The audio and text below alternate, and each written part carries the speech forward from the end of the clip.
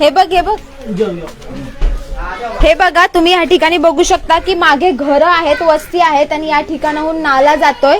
या नाल्यातून सगळी दुर्गंधी या भागामध्ये पसरलेली आहे. इथे नाल्यांवर झाकणं देखील नाहीयेत, कुठलीही स्वच्छता नाहीये. सगळीकडे बाथरूम जे आहेत ते तुंबलेले आहेत.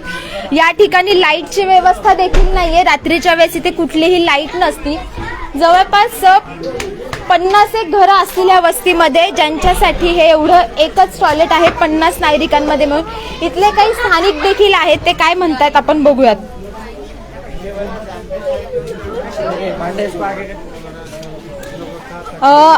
आपल्या सोबत इथल्या स्थानिक महिला आहेत, त्या सांगतील आपल्याला की कधीपासून नेमकी इथे ही स्थिती आहे, कधी इथे स्वच्छता करायला कर्मचारी येतात का?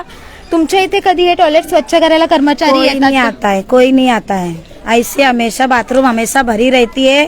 ऐसी हमारी चाली में गंदगी रहती है. ना गटर साफ करने वाला आता है, ना बाथरूम साफ करने, ना कचरा उठाने वाला कोई आता है.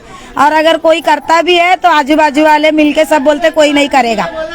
ये एरिया उनकी नहीं है, ये एरिया इसकी है. एरिया ताइड़े साहब की है, ये एरिया डॉक्टर साहब की नहीं. अरे ताइड़े साहब की हो या डॉक्टर साहब की हो, कोई भी आए हमारा खाली सफाई करके दे, बस. हमको यही परेशानी है बाथरूम की सबसे ज्यादा. 6 महीने से हमारे इधर बाथरूम भरेले, कीड़े चलते, पूरा बाथरूम का पानी हमारे घर में आता है. बाकी सफाई कोई नहीं करता है. आपके छोटे छोटे बच्चे वही सब वही पैर उसमें ही भराते बच्चे लोग, वही पैर लेके घर में आते. और बहुत गंदगी है, वही पानी हमारे घर में भी आ जाता है कभी कभी बिन बारिश से.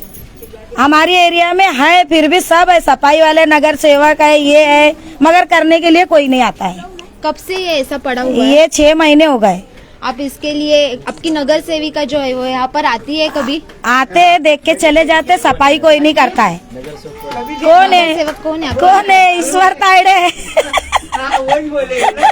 ईश्वर ताइड़े है, मगर आते बाथरूम तक के कोई नहीं जाता. परेशानी पूछने सब आते पर सफाई कोई नहीं करता. आपके यहाँ पर कितने बाथरूम से? ये इतने ही 3 है. बोलो ना. 3 बाथरूम, 5 बाथरूम है और पूरी मन्नू भाई चौले. हम लोगों ने जब देखा कि जो जेंट्स के टॉयलेट से यहाँ पर कौन है, यहाँ पर रहने वाले कौन है ना यहाँ पे ये है. ये जेंट्स का जो टॉयलेट है वो पूरा भरा पड़ा हुआ है. वो कब से भरा पड़ा हुआ है? और साफ सफाई के लिए आपने पालिका से कोई संपर्क किया है कि वो साफ करके जाए? या 4-5 महीने से बोल रहे हो, कोई आ रहा नहीं. लेकिन तो फिर अभी आप लोग कैसे यूज करते हो वो? अभी 2 ही बाथरूम चालू है और इधर इधर भाग रही पब्लिक. आपकी जो महिला है उनके भी वॉशरूम्स खराब है, वहाँ पर लाइट नहीं है, तो फिर आपको ये समस्या नहीं लगती? इसके लिए आप बीएमसी के पास कभी गए हैं? बहुत बार कंप्लेंट किए, कोई आता नहीं. बीएमसी के लोग यहाँ पर आते हैं साफ सफाई करने के लिए? कोई नहीं आता. 4 साल में कुछ भी काम नहीं हुआ है, खाली भ्रष्टाचार हुआ है और कुछ भी नहीं हुआ है. कोई नहीं आता, इलेक्शन के टाइम हाथ जोड़ने आते चाली में. एक सवाल ऐसा है कि अभी हमने कोरोना की 2 लहर देखी है. कोरोना के टाइम पे सब अभियान चल रहे थे बड़े बड़े स्वच्छता के, तो इसी समय पे यहाँ पर हालत क्या थी? और अभी जो टॉयलेट पूरे भरे पड़े हुए, तो इसके आपके हेल्थ के कौन से इश्यूज क्रिएट होते हैं? यहाँ पे अगर देखा जाए तो लगभग 1000-1200 रूम है और गिने चुने 4 या 5 बाथरूम है. लेकिन बहुत समस्या है, ना बाथरूम की सफाई होती है, ना कोई कचरे वाला आता है, ना गटर साफ होती है. पानी का मसला है. 4 साल के बाद 4.5 साल हुआ है, आज एक बाथरूम का काम चालू हुआ है 4.5 साल के बाद. आपल्यासोबत RTI कार्यकर्ते देखील आहेत, ज्यांनी माहिती अधिकाराअंतर्गत ही सर्व माहिती काढलेली आहे की या संपूर्ण अभियानावर किंवा या योजनेवर या भागामध्ये किती खर्च करण्यात येतोय, किती कर्मचारी आहेत, या सगळ्या संदर्भात ते आपल्याशी बोलणार आहेत. तुमचं नाव सांगा आणि तुम्ही ही माहिती काढल्यानंतर तुम्ही पालिकेला ही तक्रार केलेली आहे का की या संदर्भात इथे जी आता परिस्थिती आहे त्या संदर्भात काय माहिती तुमच्याकडे आहे? मेरा नाम रवि यादव है और मैं एक RTI एक्टिविस्ट हूँ. और इसके लिए मैंने ये इन्फॉर्मेशन BMC से बारों बार हर साल इन्फॉर्मेशन लेते रहते हैं. हमारे वार्ड में पूरे 157 ये वार्ड है, मुंबई महानगर पालिका का 157 वार्ड है. ये मन्नू भाई चौल में हम लोग आज खड़े हैं. और ऐसा 157 वार्ड में 6 संस्थाएं हैं जिनके पास में 90 वर्कर BMC ने दिया हुआ है. लेकिन अगर आप देखेंगे सुबह के वक्त जब उन बोलते हैं कि हमारा कर्मचारियों का काम सुबह 8 बजे से 12 बजे के बीच में होता है, 5 वर्कर भी पूरे वार्ड में नहीं घूमता होगा। एक भी जगह से कचरा का साफ सफाई नहीं, छोटे छोटे गटर है चालियों में वो साफ सफाई नहीं, ना बाथरूम सफाई होती है, किसी तरीके कोई भी सफाई नहीं होती है। ये सारा दस्तक वस्ती योजना के नाम पर भ्रष्टाचार चल रहा है। आप देखेंगे ये मन्नू भाई चौल का है, ये मन्नू भाई चौल लिखा हुआ है यहाँ पर, और यहाँ पर देखेंगे आप तो ये 9 वर्कर है। तो मन्नू भाई चौल के एक एक रहवासी से आप पूछेंगे तो यहाँ पर एक भी वर्कर इनके घर टू घर कचरा उठाने नहीं आते। ये छोटे छोटे गटरें साफ नहीं होती है, ना बाथरूम की सफाई होती है, किसी तरीके का कोई भी सफाई होता नहीं है। आप घूम घूम के अगर पूछेंगे अगर आपके घर से क्या कोई कचरा उठाने आता है, लोग साफ साफ नहीं बोलेंगे। आपके घर के सामने का छोटा छोटा गटर साफ होता है उसके लिए भी नहीं बोलेंगे, बाथरूम सफाई होता है उसके लिए भी नहीं बोलेंगे। ये भ्रष्टाचार पिछले 10 साल तक चल रहा है। दस्तक वस्ती योजना के नाम पे पूरे तरीके से घोटाला, ये एक वार्ड का नहीं, मुंबई के हर वार्ड में इसी तरीके से है। लेकिन मैंने एक ये वार्ड का इन्फॉर्मेशन लिया है तो आपको एक एग्जाम्पल के तौर पे दिखा रहा हूँ कि ये किस तरीके से हमारे 157 में ये भ्रष्टाचार बीएमसी के अधिकारियों और यहाँ के स्थानिक कारपोरेशन के जरिए चालू है। आप अगर कारपोरेशन जो नगर सेविका है या नगर सेवक है, अगर वाकई में उनको लगता है अगर वो सही है तो इसके पर आज 4 साल से हम लोग ऑब्जेक्शन लेते आए, लोग चिल्लाते आए, गटर सफाई नहीं है, बाथरूम सफाई नहीं है, कचरा उठाया नहीं जा रहा है। तो अगर उन लोग वाकई में सही थे तो एक बार भी ऑब्जेक्शन क्यों नहीं ले गए? 90 वर्कर कौन है हम लोग को आज ये भी नहीं पता। मैं बार बार आरटीआई करता हूँ बीएमसी में कि 90 वर्कर का नाम और नंबर हम लोग को दे दो ताकि हम लोग खुद कांटेक्ट करें उन लोगों से कि 90 वर्कर है कौन, वो उनको पता नहीं। उन लोग बोलते नहीं वो संस्था ये करेगी। अब ये संस्था है जो यहाँ पर साफ सफाई करने वाली, ये संस्था का एक भी संस्था का प्रॉपर एड्रेस नहीं है। अगर आपने इसके ऊपर बीएमसी ने वाकई में अगर कार्रवाई करना है, इंक्वायरी कमेटी बिठाओ, देखो इसमें कितना बड़ा भ्रष्टाचार मिलेगा। 36 लाख रुपया 33 लाख रुपया 6 महीने का और साल भर का आता है इन लोगों को। ऐसे करोड़ों रुपए का भ्रष्टाचार इन लोगों ने पिछले 10 साल में करके रखा है। लोग परेशान है कचरे से, कोरोना से। हम लोग, आपने पूछा इनको कि ना कोरोना के अभियान में किस तरीके से यहाँ पे काम हो रहा था। कोरोना से लोग मरे या नहीं मरे, लेकिन गंदगी से हमारे लोग जरूर मरते गए हैं। और टाइफाइड, मलेरिया, आप यहाँ पर टीबी के पेशेंट देखेंगे, ये सब किस वजह से होता है? गंदगी की वजह से हो रहा है ना।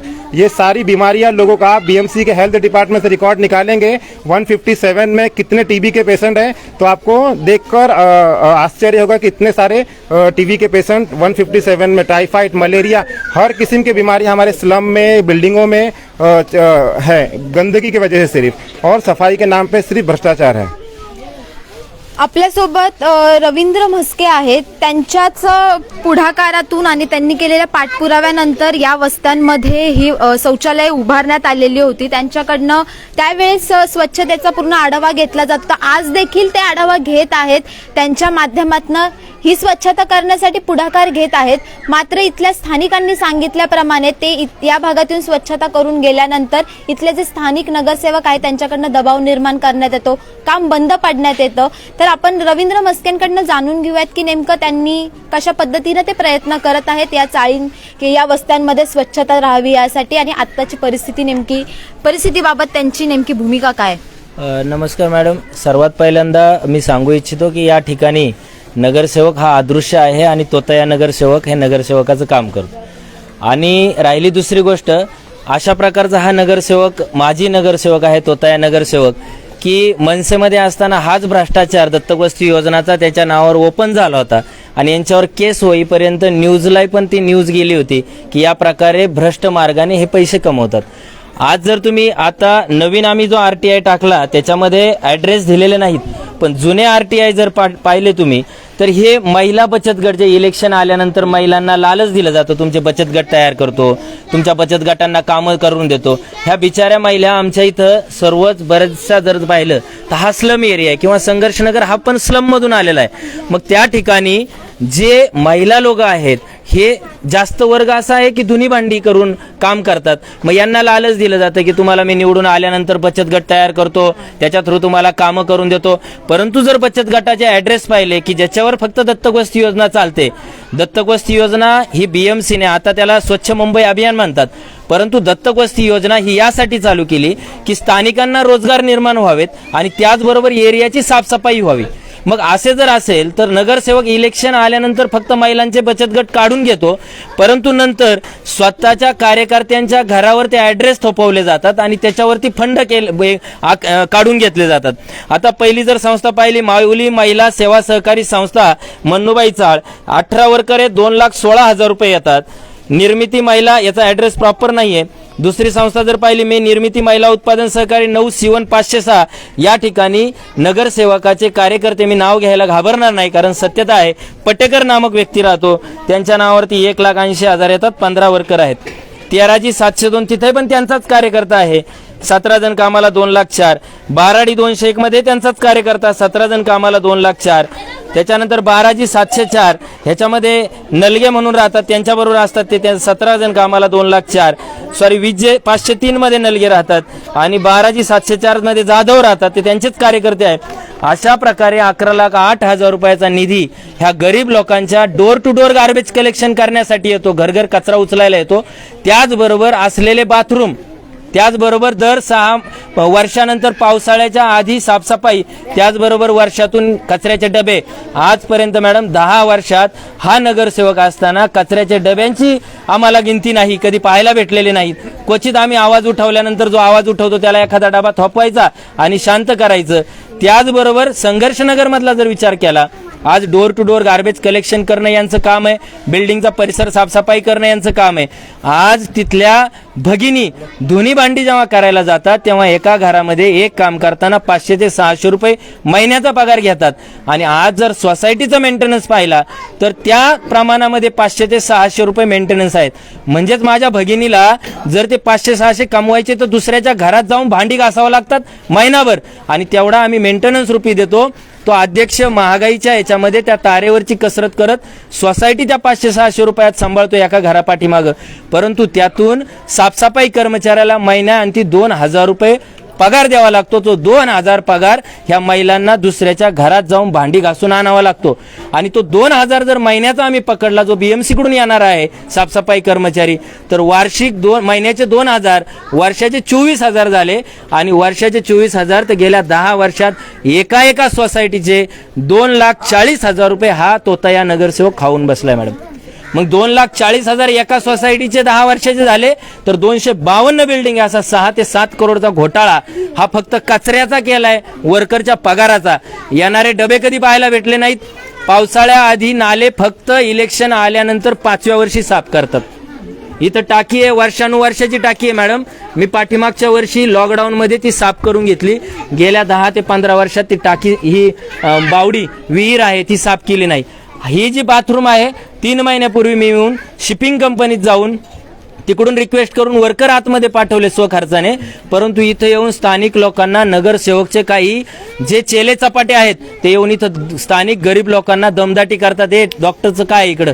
अरे मग तुम्हाला येतोय फंड, डॉक्टरला फंड नाही. आता एक सामाजिक जाणीवेतून आजपर्यंत काम करत आला, तिथं सुद्धा स्थानिक लोकांवर खोट्या केसेस दाखल करायच्या. त्या ठिकाणी सुद्धा काही पोलीस कर्मचारी त्यांना सामील होतात आणि जर एखादा मुलगा आमच्याकडे आला तर त्याला पहिलं विचारलं जातं की बाबा हे तुझ्यावर केस नाही ना, जपून राहा. अशा प्रकारची वाच्यता केली जाते. लोकांना दडपशाहीच्या मार्गाने इथं दाबवलं जातं. म्हणून मी नेहमी म्हणतो मॅडम, भारत स्वतंत्र झाला, आज वार्ड 157ला आम्हाला स्वतंत्र करण्यासाठी खूप लढाई देणं गरजेचं आहे. तुम्ही खूप गंभीर आरोप केलेले आहेत खरं तर, आणि त्यांनी ते पुराव्यानिशी केलेले आहेत. मात्र त्यांनी 1 वर्षापूर्वीच हा घोटाळा समोर आणला होता. यानंतर त्यांनी मुंबईच्या ज्या महापौर आहेत किशोरी पेडणेकर यांच्याशी देखील संपर्क साधला होता. त्यांच्या कानावर देखील हा सगळा घोटाळा टाकला होता. या ज्या संस्था आहेत त्यापैकी काही संस्थांनी देखील महापौरांना पत्रव्यवहार केलेला आहे. या संदर्भात महापौरांचं उत्तर तुम्हाला काय होतं? महापौरांचं उत्तर या प्रकारे होतं की आम्ही याचे हे आहेत, महापौर आहेत, हे छोट्या गोष्टी. तर त्यावेळेस माझ्या मनात आलं, त्यांचा व्हिडिओ माझ्या पत्रकारांना मी ज्यांना पाठवलं होतं सगळं हे ओपन करून त्यांची बाईट घ्यायला, तर एडिट करण्याच्या अगोदरचा जो व्हिडिओ होता तो मला पाठवला. तर थोडीशी शंका मला आली जेव्हा महापौर म्हणतात की ह्या छोट्या गोष्टी, मग एका वार्डामध्ये जर फक्त कचऱ्याचा 2-3 करोडचा घोटाळा असेल तर पूर्ण जर मुंबईचे वार्ड बघितले तर आम्ही मुंबई महापौरांच्या हाती विकायला दिली का, हा मोठा प्रश्न मला उद्भवला मॅडम त्यावेळेस. यांनी केलेले आरोप गंभीर आहे, मात्र इथली परिस्थिती देखील आपल्या डोळ्यासमोर आहे.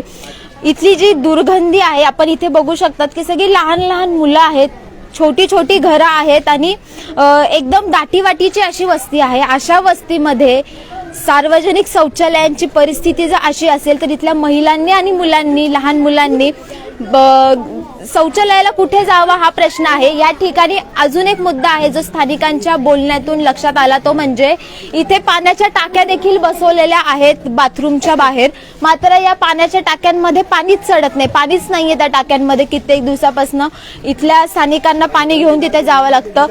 सर्व सार्वजनिक शौचालयांमध्ये 24 तास पाणी असावं असा नियम आहे. कायद्यानुसार तिथे ते 24 तास पाणी असलं पाहिजे, मात्र 24 तास पाणी देखील इथल्या वस्त्यांमधल्या शौचालयांना पुरवलं जात नाही.